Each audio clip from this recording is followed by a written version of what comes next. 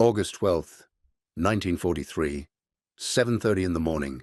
Eaton, Indiana. Obergefreiter Hans Müller stands at the edge of an assembly line, his hands gripping a rivet gun he barely understands how to use. 24 hours ago, he was a prisoner of war, being processed at Camp Atterbury. Now he's inside the Chrysler Detroit tank arsenal, and what he sees makes him question everything he believed about this war. If you're enjoying this deep dive into the story, hit the subscribe button and let us know in the comments from where in the world you're watching from today. Down the length of the factory floor, stretching farther than his eyes can follow, 47 M4 Sherman tanks move in perfect synchronization, not stored, not waiting, moving, being built. Every 85 minutes, a fully armed, fueled, and combat-ready tank rolls off the line. Hans Müller had fought in North Africa under Rommel. He had seen the Afrika Korps crushed not by British courage or American valor, but by something far more terrifying, an endless stream of machines. When his unit surrendered at Tunisia in May, he and his fellow soldiers consoled themselves with Nazi propaganda. America was weak, decadent, incapable of organized industrial effort. This factory proves otherwise. The numbers seem impossible. 47 tanks being assembled simultaneously, 3 shifts, running 24 hours a day. Production rate, 1 tank every hour, and 25 minutes from this single plant alone. And this, Müller has been told, is just one of 16 major tank factories operating across America. The central question that haunts every German prisoner who works in American war plants is simple and terrible. How could we have been so blind? To understand the magnitude of the industrial chasm between Nazi Germany and the United States, we must first grasp what German soldiers were told to believe. The Wehrmacht had entered World War II, confident in German engineering superiority. The panzer divisions that swept through Poland, France, and deep into the Soviet Union represented the pinnacle of armored warfare doctrine. Men like Hans Müller had been trained to view their Tiger and Panther tanks as invincible. German propaganda reinforced this belief relentlessly. In 1941, when America entered the war, Nazi leadership characterized the United States as a nation of cowboys and Hollywood dreamers, incapable of matching German technical prowess. Joseph Goebbels' propaganda ministry dismissed American industrial capacity as exaggeration. Adolf Hitler himself believed that a racially mixed democracy could never match the focused will of the Third Reich. These weren't just comforting lies. They were doctrines embedded in German military planning. The German High Command calculated tank production based on Kraft-style manufacturing. In Germany, each panzer was essentially hand-built by skilled workers. A single Panther tank required approximately 3,000 man-hours to complete. Quality control meant individual fitting of parts. Standardization was minimal. If a transmission failed on one tank, the replacement from another factory might not fit without modification. This method produced excellent tanks. German armor was genuinely superior in direct combat. A Tiger could destroy 3 or 4 Shermans before being knocked out. German guns had better penetration. German armor was thicker. German engineering was, in most technical respects, more sophisticated. But sophistication is not the same as effectiveness. In 1943, Germany's entire tank industry produced approximately 4,000 armored vehicles. This represented the maximum output of German industry operating at full wartime mobilization. Factories in Krupp, Daimler-Benz, MAN, and Henschel worked around the clock. Skilled workers, many of them irreplaceable specialists, labored 12 to 14-hour shifts. Raw materials were requisitioned from occupied territories across Europe. 4,000 tanks in a year represented an enormous achievement for German industry. It was also catastrophically insufficient. The United States, in that same year, produced 29,000 tanks, not 2,900, 29,000. This wasn't just a quantitative difference. It represented a fundamental transformation in how industrial warfare could be waged. While Germany was perfecting the craft of tank building, America was revolutionizing it. The American approach began with a man named William Knudsen, former president of General Motors. In 1940, with war looming, President Franklin Roosevelt appointed Knudsen to lead the Office of Production Management. Knudsen understood something that German planners could not grasp. Building tanks didn't require tank-building expertise. It required automotive manufacturing expertise applied at massive scale. The principle was simple. If Ford could assemble a car in 93 minutes using assembly line methods, those same methods could be adapted to tanks. The key was not to build better tanks than Germany. The key was to build adequate tanks faster than Germany could destroy them. This philosophy horrified German military theorists. It violated every principle of their engineering culture. But in war, the adequate weapon that arrives in overwhelming numbers defeats the perfect weapon that arrives in insufficient quantities. By the time Hans Müller surrendered in Tunisia, American tank production had already achieved industrial escape velocity. The Chrysler Detroit tank arsenal alone was producing more than 25 tanks per day. Fisher Tank Arsenal in Michigan added another 20. American Locomotive Company in Schenectady contributed 18. Plants in Lima, Ohio, Baldwin Locomotive in Philadelphia, and Federal Machine in Warren were all running multi-shift operations. Combined national capacity, approximately 100 tanks per day. Or, to express it in terms that would shock German prisoners, one tank every 14.5 minutes somewhere in America. But numbers on paper are abstract. Hans Müller is standing inside the reality. The factory floor extends 1,200 meters. Under a single roof, every component of tank production occurs simultaneously. To his left, a foundry operates 24 open hearth furnaces, producing 800 tons of steel per day. This single plant's steel output equals 2/3 of Germany's entire Ruhr industrial basin daily production. To his right, machine shops house 200 cutting tools, each operated by a single worker. No master craftsmen here. These are former housewives, farmers, retirees. Each performs one specialized task, repeated hundreds of times per shift. No wasted motion, no wasted time. Ahead of him, the assembly line itself, 47 workstations, 47 Shermans in simultaneous construction. The line moves at 2 feet per minute, slow enough for precision, fast enough to be relentless. John McCormack, the plant's production director, walks the floor with the casual confidence of a man who has mastered industrial warfare. At 52, he's a University of Michigan engineer who joined Chrysler in 1925. He rose from shop floor technologist to director of the world's largest tank factory. His job is to ensure that one Sherman per 85 minutes becomes the floor, not the ceiling. "Morning, boys," he greets section foreman. The atmosphere is utterly unlike anything Hans Müller experienced in German factories. No militaristic discipline, no fear. Workers operate with the quiet efficiency of people who believe in their work. First stop, the foundry. Mike O'Brien, an Irish foreman with 30 years of metallurgical experience, oversees the casting of tank hulls. "How many hulls today?" McCormack asks. 47 this morning, boss," O'Brien replies. 47 tank hulls. In half a day, more than Germany produces in an entire week. The metal itself is a marvel. American metallurgists have perfected a steel alloy that balances hardness with workability. German armor is slightly superior in absolute terms, but requires rare metals that Germany must import from Turkey and neutral Sweden. American steel uses domestic materials available in effectively unlimited quantities. The furnaces never stop. 3 shifts rotate seamlessly. As one crew leaves, another arrives. The blast of molten steel pouring into molds continues without pause. War production operates on geological timescales of constancy, not human rhythms. Next, the machine shop. 200 machine tools operate with German precision, but American speed. Each tool is tended by a single worker.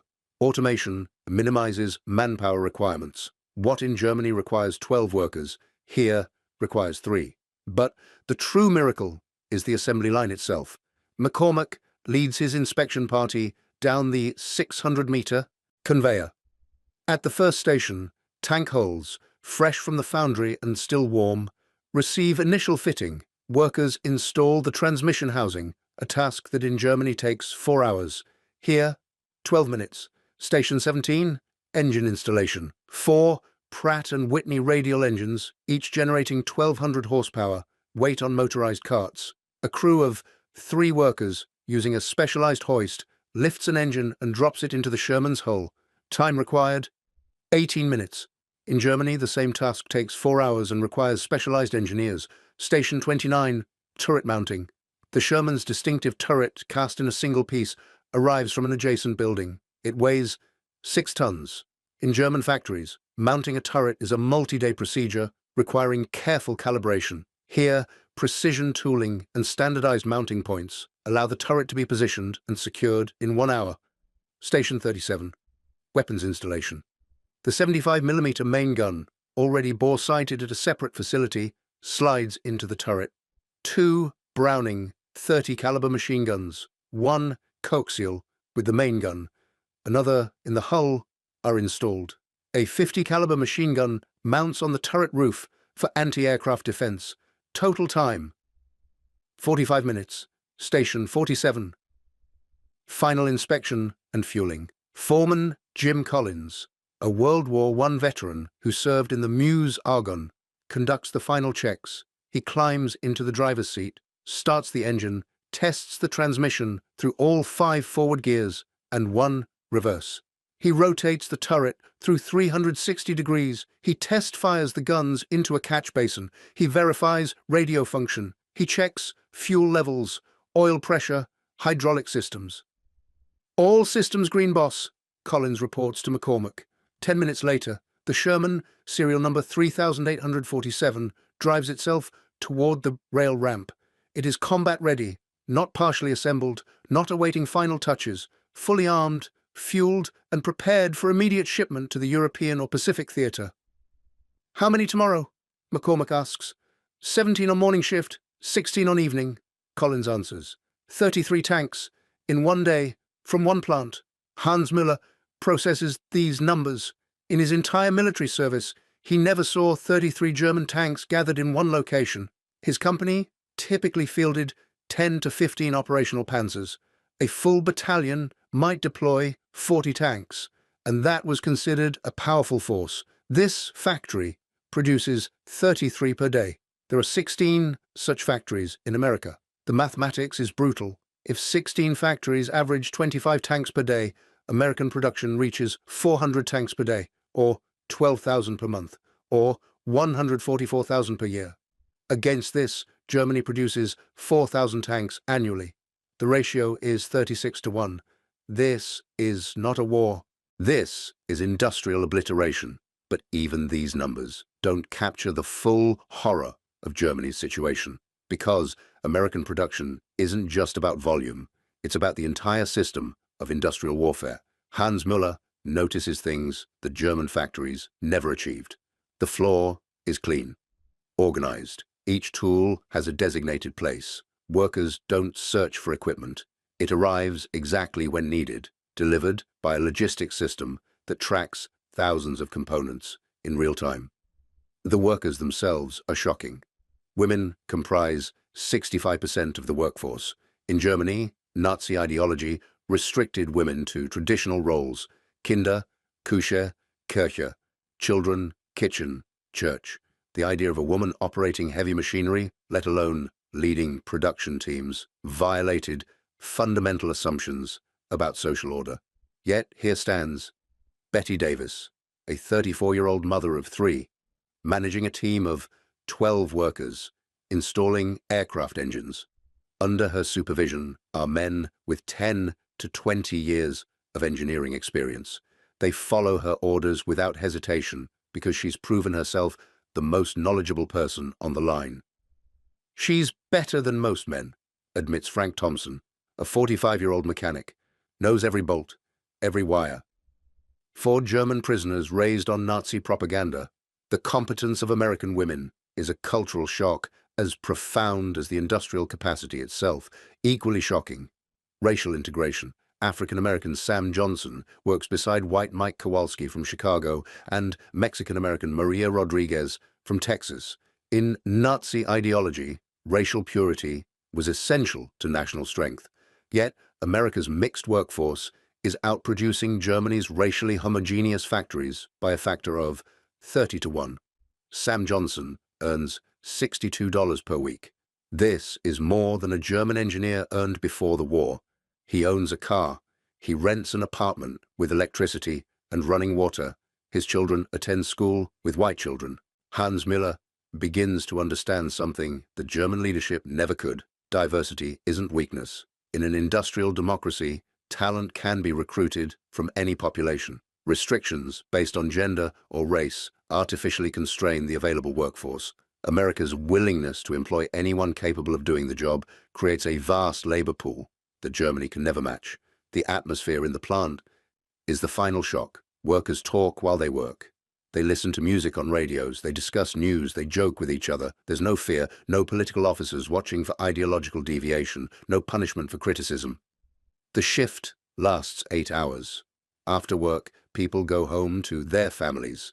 In Germany, workers labor 12 to 14 hours under threat of criminal punishment for absenteeism. They're exhausted, demoralized, frightened. They work harder in 8 hours than we do in 12, realizes Obergefreiter Hans Müller, a former Junkers aircraft engineer. Because they want to work, not because they're forced to.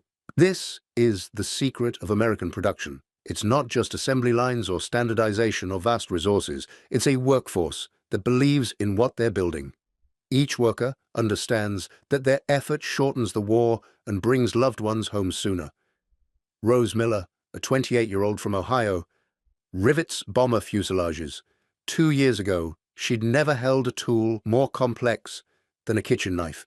Now, she's a skilled aircraft builder. My husband is in the Pacific, she tells Hans Müller. I build planes to bring him home faster. Personal motivation, multiplied across millions of workers, generates productive power that no authoritarian system can replicate. Fear motivates minimum effort. Belief motivates excellence. If you're enjoying this deep dive into the story, hit the subscribe button and let us know in the comments from where in the world you are watching from today. September 15th, 1943, Willow Run, Michigan. The largest building ever constructed for manufacturing extends 1,600 meters long and 400 meters wide. Under one roof, 42 football fields could fit. Inside this industrial cathedral, B-24 Liberator bombers are born at a rate that defies imagination. German prisoners working here receive a different kind of education. Hans Müller has been transferred from tank production to aircraft assembly. If the Chrysler plant shocked him, Willow Run destroys his remaining faith in Nazi Germany's ability to win this war. Henry Ford, now 78 years old, designed this facility with a single goal: mass-produce 4-engine bombers using automobile assembly principles. When he announced his intention to build 1 Liberator per hour, aviation experts laughed.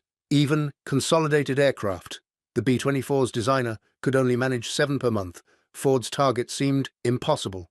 It wasn't. The assembly line moves at 1 meter every 6 minutes, slow for a human, unstoppable for production.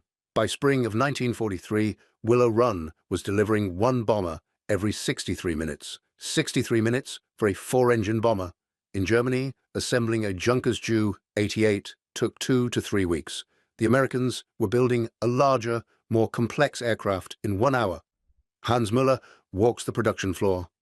At Station 1, bare fuselages arrive from the steel fabrication building. Teams of welders, mostly women, seal the seams. At Station 9, wings are attached. This operation, which once took a week, now requires 4 hours. At Station 18, 4 Pratt & Whitney engines, each generating 1,200 horsepower, are installed simultaneously by different teams. No sequential work. Everything parallel. Maximum efficiency. At Station 24, electrical systems, radios, and machine guns are fitted. The Norden bomb site America's most closely guarded secret, is installed and calibrated. At Station 31, the aircraft receives final inspection and fueling, 63 hours from bare fuselage to combat-ready bomber. But Willow Run is just one plant.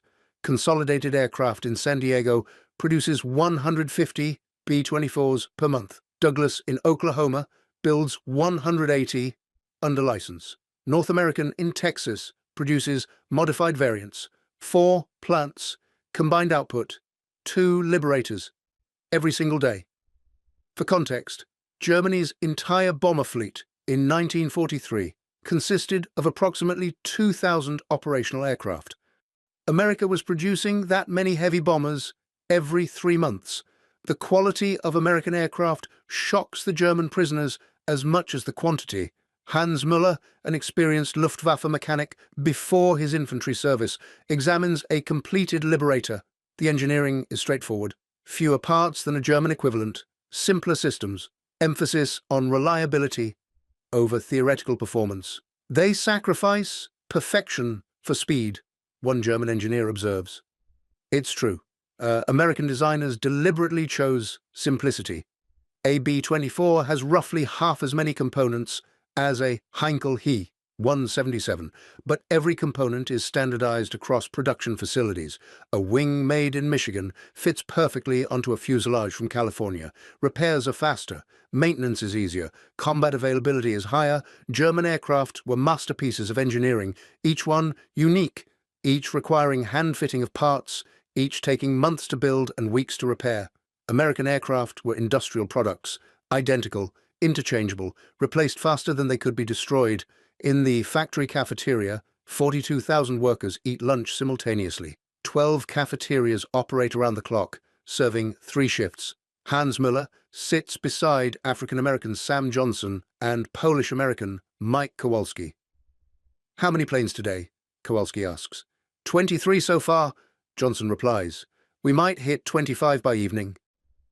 25 4-engine bombers, in one day, from one factory. Hans Müller remembers his training in the Luftwaffe. He was told that Germany's industrial base was superior, that German workers were more disciplined, that American society was too soft, too divided, too decadent to sustain serious military production. Every day in this factory proves those beliefs were catastrophic delusions. The diversity of the workforce particularly strikes him. At his table, workers represent 6 different ethnic backgrounds. They speak English with various accents. Some are recent immigrants, others are third-generation Americans. Yet they work together seamlessly. Maria Rodriguez, a 26-year-old Mexican-American from Texas, is a welding specialist. She can seal fuselage seams faster and cleaner than workers with twice her experience. The aircraft she works on are structurally sound, tested to withstand combat stresses that would destroy lesser work. "My 3 brothers are fighting," she explains. "I weld so they come home safe." This personal investment in quality pervades American war production. It's not just about meeting quotas. It's about building machines that will protect loved ones. The result is industrial output that combines mass production with genuine craftsmanship. German prisoners notice other differences. The factory is well lit, well ventilated, temperature controlled. Workers have access to medical care, subsidized meals, childcare for those with young children. Shift schedules allow time for rest. No one works more than 8 hours without overtime pay. In Germany, factory conditions deteriorated as the war progressed. Workers labored 12 to 14-hour shifts in facilities that were cold in winter, sweltering in summer. Food rations declined. Medical care was minimal. Political officers monitored workers for defeatist attitudes. Absenteeism was punishable by imprisonment. The Americans treated industrial work as valuable skilled labor, worthy of compensation and respect. The Germans treated it as a patriotic obligation to be fulfilled under threat. The results spoke for themselves. October 19th, 1943. A secret Nazi hierarchy within the POW camps forces a fellow prisoner to hang himself. The victim's crime: writing in his diary that he feared Nazism would ruin Germany. The murder is part of an internal campaign by hardcore Nazi officers to maintain ideological control over their fellow prisoners. But such control is eroding. Too many German soldiers are seeing too much of American reality. The propaganda they were fed no longer matches observable facts. Hans Müller attends a re-education session, part of the American POW program. He watches films showing German cities under aerial bombardment. He sees newsreels of the Holocaust. He reads newspapers describing the Eastern Front's catastrophic losses. Most importantly, he sees what America is building. The numbers are compiled from multiple sources, cross-checked, verified by independent intelligence. In 1944, the United States produced 96,000 aircraft of all types. Germany produced 40,000, the ratio 2.4 to 1. But the American aircraft were predominantly heavy bombers and transport aircraft, complex machines requiring vast resources. German production consisted largely of single-engine fighters, simpler, cheaper, faster to build. Adjusted for complexity, the American advantage grew to approximately 4 to 1. In tank production, the gap was even wider. America, 88,000 tanks and self-propelled guns. Germany, 19,000. Ratio, 4.6 to 1. Adding British production of 29,000 tanks and Soviet production of 29,000 tanks, the Allied total reached 146,000 armored vehicles against Germany's 19,000. Ratio, 7.7 to 1. These weren't abstract numbers. They represented the actual machines that would decide the war. Every week, thousands of new tanks, aircraft, trucks, and guns arrived at the front. German units could destroy Allied equipment at favorable exchange rates and still lose because the Allies could replace losses instantly, while German losses were permanent. General Heinz Guderian, creator of German armored warfare doctrine, visited the Eastern Front in July 1943 during Operation Citadel. He encountered Soviet forces equipped with American Sherman tanks delivered through Lend-Lease. "For every Sherman we destroy, 2 more arrive," he wrote in his field diary. The observation haunted German military planning. How do you defeat an enemy with effectively unlimited reserves? Traditional military strategy assumed resource constraints on all sides. The Germans could win through superior tactics, better training, more efficient operations. But if the enemy could absorb 10 to 1 losses and continue fighting, conventional military thought collapsed. If you find this story engaging, please take a moment to subscribe and enable notifications. It helps us continue producing in-depth content like this. December 23rd, 1943. Hans Müller celebrates Christmas in the POW camp. The celebration is surreal. German prisoners received the same food rations as American soldiers. The meal includes turkey, ham, potatoes, vegetables, and pie. Many prisoners report eating better as POWs than they did in the Wehrmacht. Letters from home paint a darker picture. Hans receives correspondence from his sister in Munich. The city is being bombed regularly. Food is scarce. Fuel for heating is rationed, to the point that winters are nearly unbearable. Everyone is exhausted. Morale is collapsing. Meanwhile, Hans lives in heated barracks, receives 3 meals per day, has access to recreational facilities, and is paid 80 cents per day for his labor. He's saving money. Many German POWs will return home after the war with hundreds of dollars, a small fortune in devastated post-war Germany. The cognitive dissonance is crushing. Germany is supposed to be the superior nation, yet German prisoners in America live better than German civilians in Germany. January 6, 1944. Hans Müller is assigned to work at the Fisher Tank Arsenal in Grand Blanc, Michigan. This facility, built specifically for tank production, rivals Chrysler in scale. It employs 25,000 workers, running 3 shifts. Production capacity, 800 tanks per month. Engineer Walter Reuther of General Motors demonstrates manufacturing innovations to military inspectors. British Major Douglas Barker and American Colonel James Lewis watch as Reuther explains the revolutionary methods that transformed tank building from craft into industry. "Gentlemen," Reuther says, "today you'll see how we build tanks like automobiles. He outlines 5 core principles. First, standardization. Every M4 component is built to exact specifications. Parts are interchangeable across factories. A turret cast in Detroit fits perfectly onto a hull from Ohio. In Germany, each tank is unique, requiring custom fitting. Second, division of labor. Instead of master craftsmen assembling entire tanks, each worker performs one specialized operation: installing the engine, mounting the turret, wiring the electrical systems. Specialization increases both speed and quality. Worker Frank Novak from Detroit has installed transmissions for 2 years. He completes the task in 12 minutes. In Germany, the same job takes 3 to 4 hours. I can do it blindfolded, Novak jokes. It's not far from the truth. Third, flow production. The tank moves. The workers remain stationary. This is the opposite of German practice, where tanks stay in place and workers circulate with tools. Major Barker notes the conveyor speed, 2 feet per minute. At this pace, a tank traverses the 600-meter line in 85 minutes. Fourth, vertical integration. Fisher doesn't just assemble tanks. It produces most components in-house. Steel is smelted on site, parts are machined internally. Painting and final testing occur under one roof, from iron ore to finished tank in 72 hours. Fifth, quality control. Inspectors verify standards at every stage.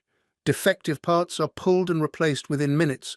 Robert Davis, a GM veteran, inspects weld seams. "This joint isn't good enough," he says, sending a hole back for rework. Sixth, continuous operation. The plant runs 3 shifts, 24 hours per day, 7 days per week. As one shift leaves, another arrives. The conveyor never stops.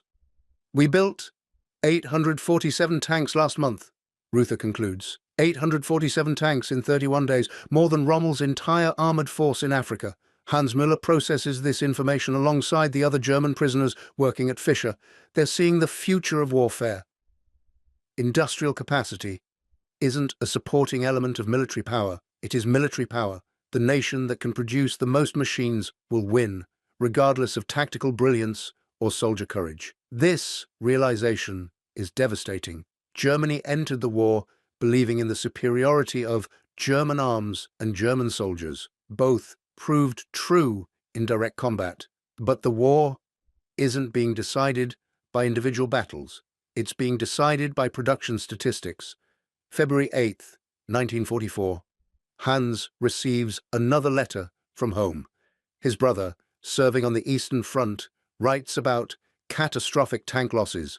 "We destroy Soviet T-34s at 2-to-1 ratios," his brother reports. "But for every one we kill, 3 more appear. It's like fighting the tide."